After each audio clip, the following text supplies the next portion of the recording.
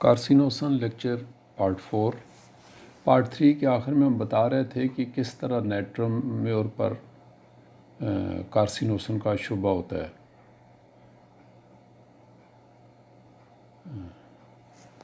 لیکن جب ہم دیکھتے ہیں کہ اسے تو دودھ پسند ہے اور گوشت پسند ہے، یا وہ ایک مدت سے ایک کسی پریشر کے اگینسٹ ناخوشگوار زندگی بسر کر رہی ہے، تب محسوس ہوتا ہے کہ نیٹرم میور سے زیادہ یہ کارسینوسن ہے.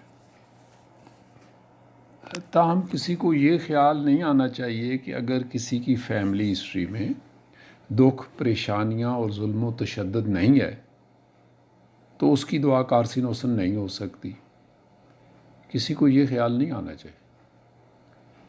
تاہم کارسینوسن پر جتنے بھی ظلم و ستم اور ناانصافیاں ہوتی ہیں، اس کا مریض احتجاج اور قوت مزاحمت سے محروم ہوتا ہے.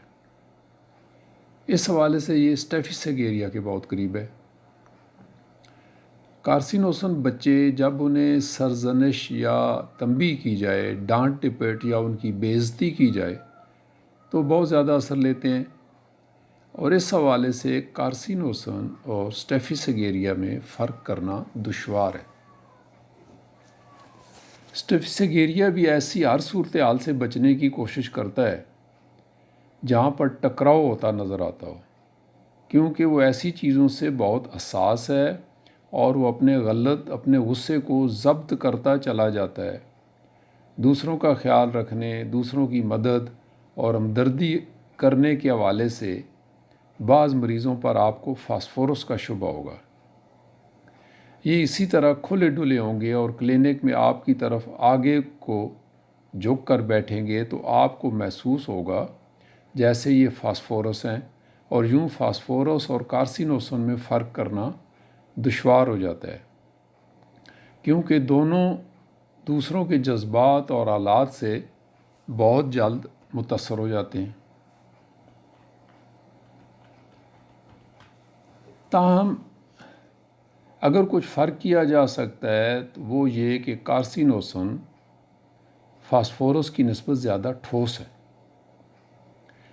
فاسفورس کی مثال ایک ایسے جہاز کی مانند ہے جس کا لنگر ہی نہیں ہوتا، سمندر کی لہریں اور ہوا کا رخ جدھر چاہے دھکیلتا پھرے.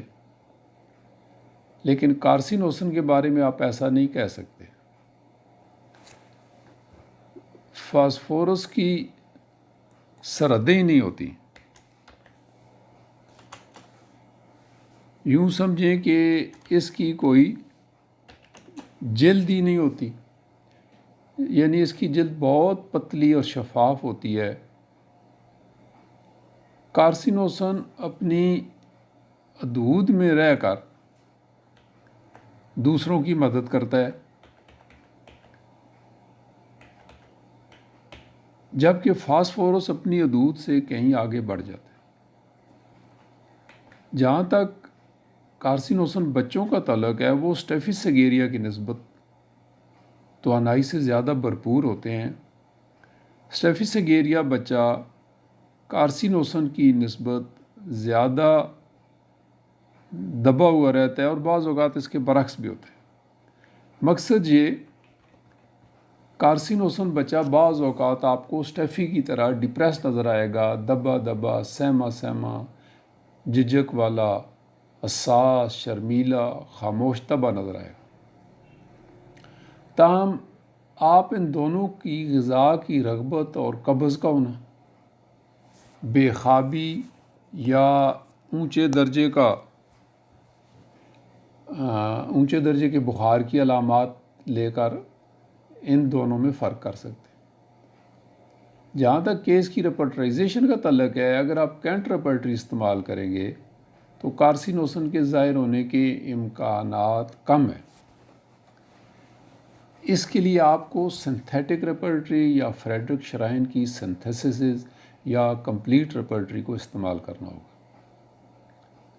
آپ کو اکثر اوقات کیس ٹیکنگ کے دوران کارسینوسن پیشنٹ پر کارسینوسن کی بجائے نیٹرم میور کا شبہ ہو سکتا ہے، سوائے اس کے کہ مریض آپ کو بتائے گا کہ اسے دودھ کتنا اچھا لگتا ہے، چربی والی غذائیں کتنی اچھی لگتی ہیں، یا وہ دم دلاسے سے خوش ہوتا ہے اور دوسروں سے اس کی توقع کرتا ہے. اور یہی بات میڈورائنم، پلسٹیلا، سیپیا، فاسفورس، لائکوپوڈیم، کلکیریا کارب اور بہت ساری دوسری دواؤں کے بارے میں کہی جا سکتی ہے. تاہم میرے تجربے کے مطابق کارسینوسن کے بہت سارے کیسوں میں آپ کو نیٹرومیور، سیپیا یا میڈورائنم سے ملتی جلتی علامات ملیں گی. کارسینوسن مریضوں میں عام طور پر نمک کی خواہش کی بجائے نمک سے عدم رغبت نظر آتی ہے اور رات کے وقت تکالیف میں کوئی افاقہ نہیں ہوتا. یاد رکھیے نیٹرومیور کا کینسر میازم کے ساتھ اتنا ہی گہرا تعلق ہے جتنا مرکیورس کا سفلس کے ساتھ یا تھوجا کا گنوریا کے ساتھ ہے. کم از کم یہ میرا مشاہدہ ہے. اور جب آپ کسی کیس میں دیکھیں کہ مریض کے دماغ یا جذبات میں کوئی چیز پک رہی ہے، کوئی لاوا ابل رہا ہے، تو اس کی فیملی ہسٹری پر ضرور توجہ دیں کہ آیا اس کی فیملی ہسٹری میں آپ کو کینسر، شوگر، شراب نوشی، منشیات کا استعمال یا پاگل پان کی ہسٹری تو نہیں ملتی. اور اکثر اوقات آپ کو ایسے مریضوں کی فیملی ہسٹری میں ٹی بی ملے گی. بسٹر کے مطابق کارسینوسن مولک انیمیا میں بھی ظاہر ہوتی ہے.